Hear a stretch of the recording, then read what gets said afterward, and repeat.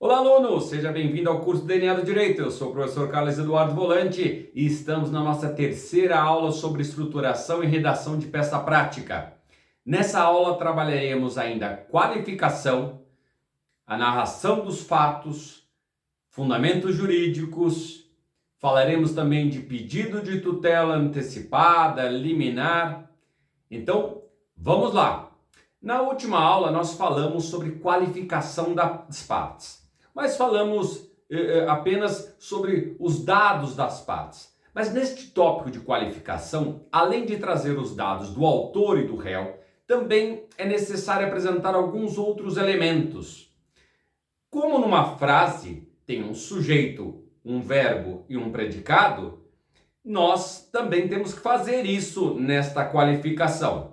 O nosso sujeito, que era o autor da ação, ele tende a fazer uma ação no sentido de praticar um ato, e dependendo deste ato vai receber um nome diferente. Então tem um verbo aqui. Este verbo pode corresponder a ajuizar uma ação, interpor um recurso, impetrar um mandado de segurança, apresentar contestação. Então, dependendo da natureza da peça, vai ter um verbo diferente que temos que apresentar. Então, por exemplo, João, aí vem a qualificação do João, vem, e aí você pode usar uma forma respeitosa, vem muito respeitosamente perante este douto juízo, apresentar contestação, ajuizar ação de reparação de danos. Então, agora é o momento de apresentar o verbo, tá bom? Só fiquem atentos. Vamos para o slide para relembrar essa ideia de que para cada tipo de peça tem um verbo específico. Olhem aqui, ó. Veio a qualificação do fulano de tal e vem, muito respeitosamente perante esse douto juízo, por intermédio do seu advogado bastante procurador, instrumento de mandato anexo, né? A pessoa não tem capacidade postulatória, tem que estar representada por seu advogado.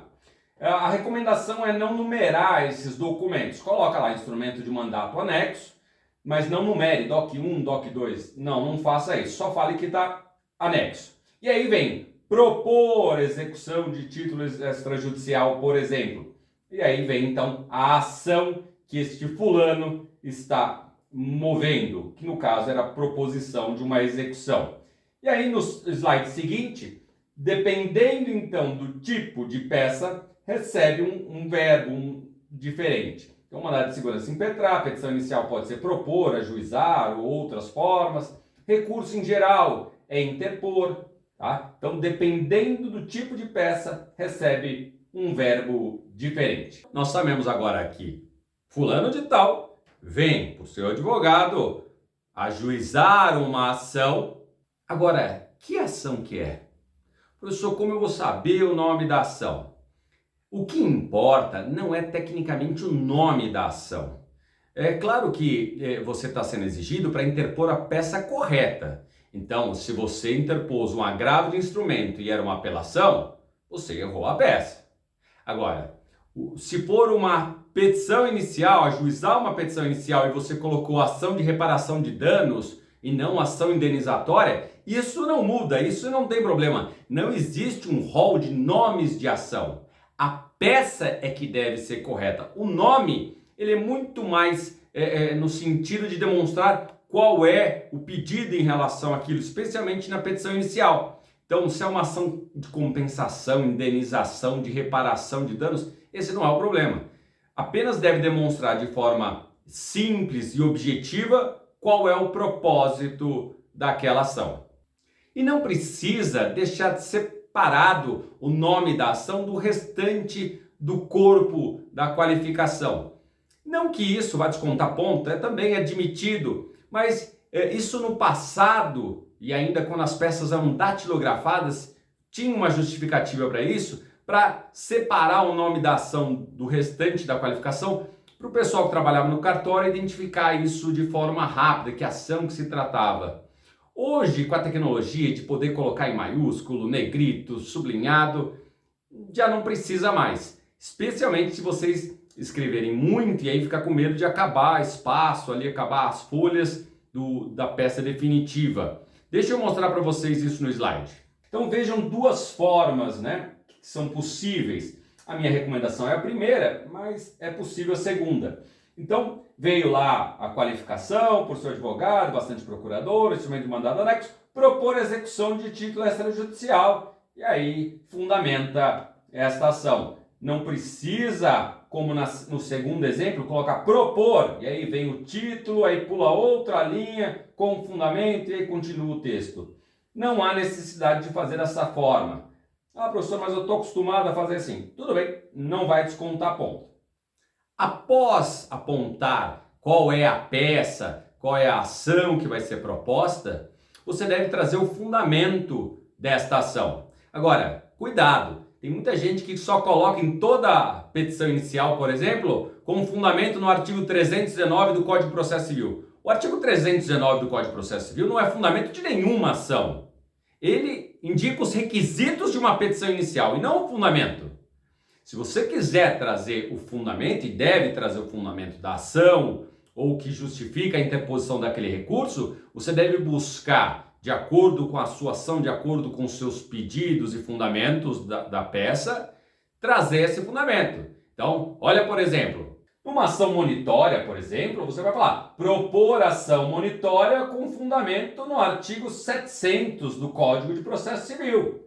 Você não vai falar ação monitória com base no artigo 319. Então, dependendo da ação, se é uma consignação de pagamento, uma execução, vai ter um fundamento específico e não tudo com base no 319. Legal! Você trouxe o autor, qualificou o autor, fala que ele veio muito respeitosamente perante esse douto juízo, por intermédio do seu advogado e bastante procurador, aí, dependendo do que for, então, interpor recurso de apelação, né? Em face de, e aí vem a qualificação da outra parte, se for uma petição inicial, então a qualificação do réu, e depois vem uma expressão de desfecho, que é a partir dali que você vai começar a narrar os seus fatos, fundamentos jurídicos, pedido e pedido. E existem várias formas de fazer esse desfecho. Vamos dar uma olhadinha. Há diversas expressões que podem ser usadas, tá? Todas elas são aceitas. Então, depois que você vai lá, qualificou o réu, você vem com essa expressão. Pelas razões de fato e direito a seguir expostas. 2 pontos, porque agora você vai expor isso, então precisa dos 2 pontos. Pelos motivos a seguir expostos. Pelos motivos de fato e de direito a seguir aduzidos. Qualquer uma dessas expressões são admitidas, ou qualquer outra que não uma dessas 3, mas que diga algo semelhante, de que fulano entrou com ação contra o Beltrano e vai expor agora os seus fundamentos, suas razões. O artigo 319, inciso 7 do Código de Processo Civil, trouxe uma novidade de que o autor deve indicar na sua petição inicial se ele tem interesse ou não na realização de audiência de conciliação. Cada professor, cada doutrinador indica um local melhor para indicar isso. Alguns colocam lá nos pedidos, mas eu prefiro que seja o primeiro parágrafo depois da qualificação, antes mesmo da narração dos fatos, porque é a partir dessa informação que vai influenciar o curso do processo. Então, para que o cartorário, o próprio juiz não precise ficar procurando lá nos pedidos, eu costumo colocar aqui, fica a minha recomendação para colocar neste primeiro parágrafo. Então vem lá um título, né, da audiência de conciliação e mediação e traz essa informação. Para o exame de ordem, a não ser que na situação problema fale que o autor não quer se conciliar, o silêncio significa que precisa se conciliar, ou pelo menos tentar essa conciliação. Então, você deve informar que ele tem interesse na realização dessa audiência de conciliação. Deixa eu mostrar na peça como ficaria isso. Então, vem lá o título, e o título vem centralizado, audiência de conciliação ou de mediação, e aí vem um texto ou igual ou parecido com esse, que em respeito ao inciso 7 do 319 do Código de Processo Civil, o autor informa que tem interesse na realização da audiência de conciliação e de mediação. Lembrando que você só vai dizer que não tem interesse se a situação problema te indicar que não é a vontade do autor. Se não, você vai pelo interesse, porque essa é a regra é o que deve ser pelo Código de Processo Civil. O não participar é a exceção. Depois dessa menção, se tem ou não interesse na audiência de conciliação, você deve informar os fatos, narrar os fatos. E para isso existem algumas dicas. Primeiro, você não deve simplesmente copiar e repetir a informação que está lá na situação problema. Eles geralmente dizem 2, 3 linhas, narra o problema ali, e não é para você copiar em um parágrafo e colocar que aquilo são os fatos. Você deve trabalhar melhor essa informação, mas nunca inventando os fatos. Você não pode prolongar no sentido de criar outros fatos, a não ser aqueles que estejam dispostos na situação problema. Há algumas perguntas que podem te auxiliar nessa narração dos fatos. Então, você pode se perguntar quando, onde, quem, o que, como, por quê, por isso. Então, imaginem um acidente de trânsito. E aí vem a narração. Em 15 de dezembro de 2014, onde? Ao cruzar a Avenida Ipiranga com a São João, quem? O autor trafegava pela Inocêncio Seráfico quando o réu, e aí vem, colidiu com o veículo do autor. Como? Ele bateu na lateral do veículo de propriedade do autor. Por quê? Porque não respeitou a sinalização semafórica e o que ocasionou com isso? Causou prejuízos materiais e morais ao autor. É claro que você não vai colocar a pergunta e responder. Você vai colocar isso na forma de um texto. E às vezes dá para colocar em 2, 3, 4 parágrafos essa estrutura, mesmo que fique quebrado. Olha, em 15 de dezembro de 2014, o autor, ao cruzar a Avenida com São João, colidiu com o veículo do réu. Ponto. Vai para outra linha agora. Com o choque dos veículos, o réu bateu na lateral do veículo de propriedade do autor. Ponto. O fato ocorreu, já no terceiro parágrafo, porque o réu não respeitou a sinalização de trânsito semafórica. Ponto. Uma outra linha. E decorrência desse acidente, amassou a lateral do carro, teve danos materiais, morais, você especifica. Percebam como poucas informações puderam construir 3, 4, 5 parágrafos diferentes. Outra forma de entender como se dá a narração dos fatos é através desses elementos aqui, olha só. Numa exposição, numa narração, você tem alguns elementos. O primeiro é a exposição, o segundo a complicação, o terceiro é o clímax e o quarto é o desfecho. Se você em 4 parágrafos conseguir demonstrar tudo isso e responder aquelas perguntas que eu mostrei, a sua narração vai estar perfeita. Olha só, a exposição. A exposição é a apresentação da história. Então vamos trazer aqui um exemplo, olha só. O autor é titular de uma unidade no condomínio Hora-Réu, onde reside. Recentemente, ele figurou no polo passivo de uma reclamação trabalhista e, em razão dessa demanda, a Vara do Trabalho da região de Osasco remeteu correspondência que foi entregue em tempo hábil à portaria do prédio, determinando seu comparecimento à audiência inicial sob pena dos efeitos da revelia. Essa é a apresentação da história. Então, ele mora num condomínio, a Vara do Trabalho mandou uma citação para ele e, em tempo hábil, né, dentro do prazo, para ele aparecer lá na audiência, sob pena de revelia. Agora vem a complicação. Geralmente começa assim, com uma expressão ocorre que, ou contudo, né? Essa é a mesma narração, mesma estrutura de um filme. Primeiro eles apresentam os personagens, o local, para depois vir a complicação. Então, contudo, a portaria não entregou a correspondência e ele faltou à audiência. Esse é o problema, é a complicação, rompendo o equilíbrio inicial. A ausência ao ato processual causou-lhe prejuízos, pois foi considerado réu confesso quanto à matéria fática, acolhendo na totalidade as verbas postuladas na inicial. Então, depois que apresentou a história, num segundo parágrafo, há esse rompimento do equilíbrio, complicando a história. E aí vem a terceira etapa, que é o clímax. Nossa, o que acontece depois desse problema? Insatisfeito com as explicações fornecidas pela administradora do condomínio, o autor procurou o síndico com o mesmo objetivo, porém ele também não forneceu explicação plausível que isentasse de responsabilidade o réu. Ora, aqui o síndico podia ter resolvido, falar, realmente foi responsabilidade nossa e resolvida a questão, depois daquela complicação. Mas não, aqui é o ápice. Já que ninguém fez nada, administrador, o síndico não fizeram nada, o prejuízo está materializado, vai ter que pagar aquela conta. E aí vem então o desfecho, que é a busca pelo novo equilíbrio. Assim, o autor comparece perante o judiciário, pleiteando indenização por dano material, visto que o réu é responsável direto pela condenação à revelia no processo trabalhista ao não entregar a correspondência para comparecer à audiência. Então, apresentou o fato que ele mora lá, mandaram uma citação, e aí complicou porque receberam a citação e não passaram para ele. Chega no clímax porque o síndico não resolveu nada e agora ele quer ser reparado desse dano.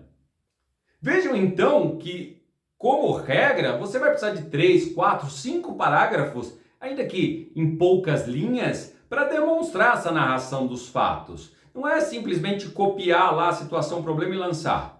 Demonstre que você conhece a estrutura narrativa de um texto. Sejam aqui os fatos, pode ser um filme, tudo gira dentro dessa mesma lógica. Depois de narrar os fatos, vem os fundamentos jurídicos do pedido, né? Eu até prefiro usar essa expressão porque é a mesma que está lá no Código de Processo Civil. Alguns preferem usar a expressão do direito ou do mérito. Eu sempre sugiro que vocês usem a mesma estrutura que está lá no Código de Processo Civil para não errar. Especialmente quando forem fazer recursos, por exemplo, segue lá a mesma estrutura que são os elementos que devem conter um recurso. É só consultar, não esquece, não erra. Mas sobre os fundamentos jurídicos do pedido, o que vocês devem saber é que tem que apresentar tanto os fundamentos jurídicos quanto os fundamentos legais. O edital é claro ao dizer que não basta os fundamentos legais, precisam os fundamentos jurídicos. E aí você diz, agora me pegou, professor, qual a diferença do fundamento jurídico e do fundamento legal? Vamos para o slide para demonstrar essa diferença. Bom, o fundamento jurídico é o motivo que justifica a existência da ação, baseado na lei ou em princípios de ordem jurídica, no ordenamento jurídico. Já o fundamento legal são os artigos da lei que se baseiam para estabelecer algo em um caso particular. Então, por exemplo, João saía de sua casa para colocar restos de madeira na porta de sua casa quando foi surpreendido por um criminoso que anunciou o assalto. Assustado, João bateu com um pedaço de madeira na cabeça do assaltante que caiu e quebrou o braço e a perna. Aí imaginem que o assaltante entre com uma ação contra o João, falando que a ação dele gerou danos. Bom, qual é o fundamento jurídico para a defesa de João, para não indenizar o assaltante? É a legítima defesa. Não só no aspecto criminal, mas no civil a legítima defesa existe. E qual é o fundamento legal para isso? O artigo 188, inciso 1º do Código Civil, que prevê que quem age em legítima defesa não pratica ato ilícito e, consequentemente, não tem que reparar o dano. Então, enquanto que a legítima defesa, e você explicar a legítima defesa, os requisitos dela, como ela se configura, é o fundamento jurídico, o fundamento legal é o artigo 188, inciso 1º. Então não basta você falar lá, João não tem que indenizar com base no artigo 188, inciso 1º. Não! Você vai ter que demonstrar que isso é a legítima defesa e demonstrar.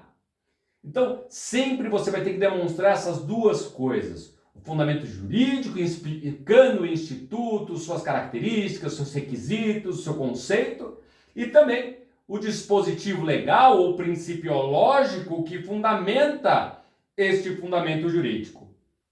E depois que você narrou os fatos, trouxe os fundamentos jurídicos, você também pode, e aí pode apresentar o seu pedido de tutela antecipada, o seu pedido de liminar.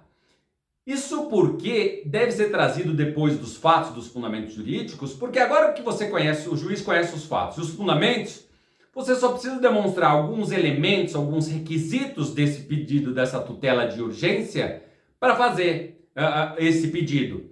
Há alguns professores que sugerem colocar antes dos fatos, mas eu não recomendo que façam isso, porque se você começa a sua petição pedindo a tutela antecipada, pedindo uma liminar, o que você vai ter que explicar?